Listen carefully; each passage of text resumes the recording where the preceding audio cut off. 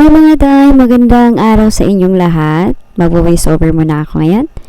At sa araw na ito ay magluluto tayo ng Spanish style bangos sardines.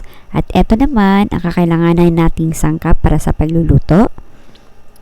Kailangan natin ng carrots.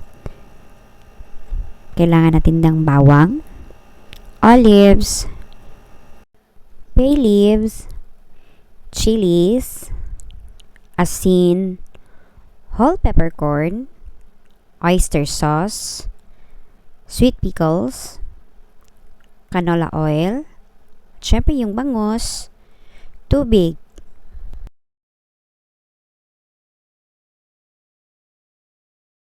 Sa isang bowl, gagawa tayo ng brining solution. Ito ay nakakadagdag ng lasa at nakaka-maintain ng moisture ng ating isda. Maglagay lang tayo ng tubig at ng asin.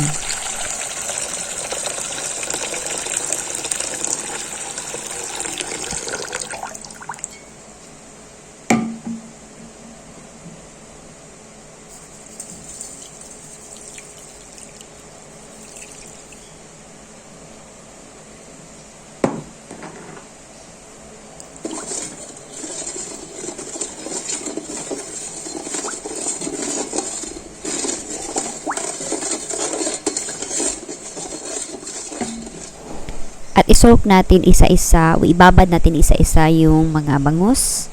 Hiniwa natin mga bangus. Huwag kalimutan na hugasan ng mabuti ang bangus bago i-brine sa ating brining solution. At ibabad lang siya ng 30 minutes. At after 30 minutes, hugasan natin yung isda. Kapag kasi nagluluto ako ng sardinas, hinuhugasan ko talaga yung isda after brining para maalis yung sobrang alat ng isda after brining.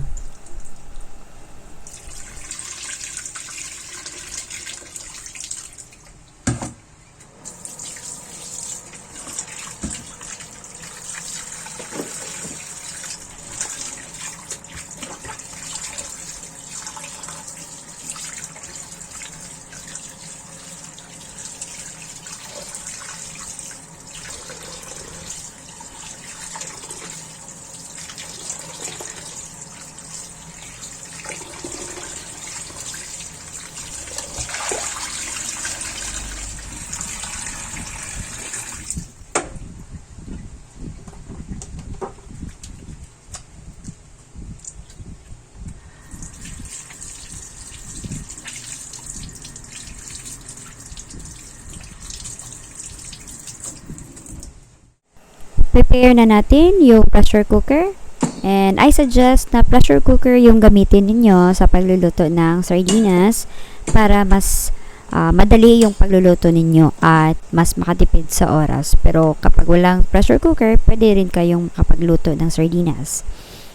At ngayon naman, maglalagay na tayo ng layer of carrots, bawang, olives. Pwede kayong gumamit ng green olives kung wala kayong black olives. Ito lang kasi yung meron ako ngayon. So, I use black olives. Maglagay din tayo ng bay leaves and whole peppercorn bago natin ilagay yung isda para hindi masunog yung isda pag naluto na.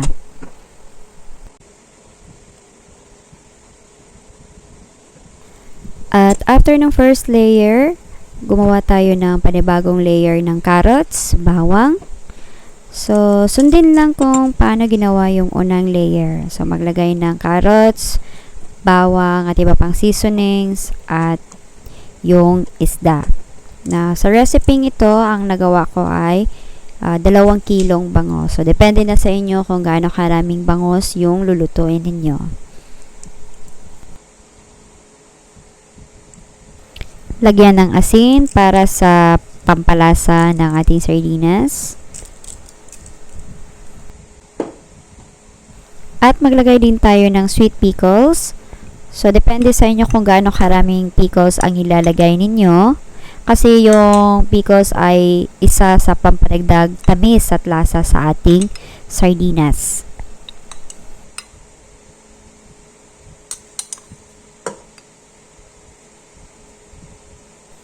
At sa recipe ito, instead of olive oil na nakasanayan ng karamihan na ilagay sa sardinas, so ang ginamit ko ay canola oil kasi medyo mas pricey kasi si olive oil. Pwede din gumamit ng vegetable oil, depende sa inyo.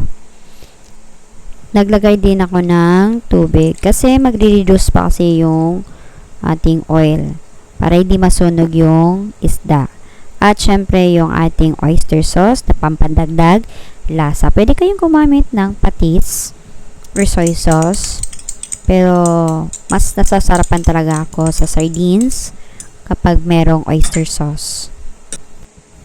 At syempre huwag kalimutan yung mga sili. Depende sa inyo kung gusto niyo mas maanghang, lagyan nyo ng maraming sili. Takpan ng pressure cooker at isa lang sa malakas na apoy.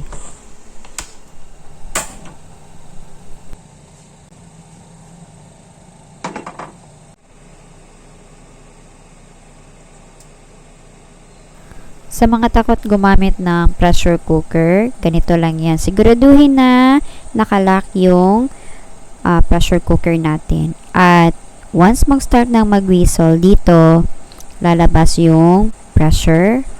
Kapag nag-lock na yan, ibig sabihin nakaset na yung pressure sa loob ng ating pressure cooker.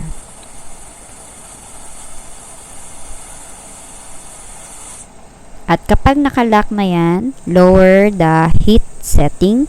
So, hinaan natin ng apoy sa pinakamahina at lutuin natin yung sardinas ng 1 oras. At after 1 hour, patayin ang apoy at hayaang mailabas ang pressure ng kusa. Huwag na huwag buksan yung pressure cooker kapag hindi pa naibaba yung pressure kasi minsan kasi sumasabog yung pressure cooker. At eto na yung ating Spanish style bangus sardines after 1 hour. Ready na ang ating Spanish style bangus sardines in canola oil. Thank you so much everyone for watching. Bye!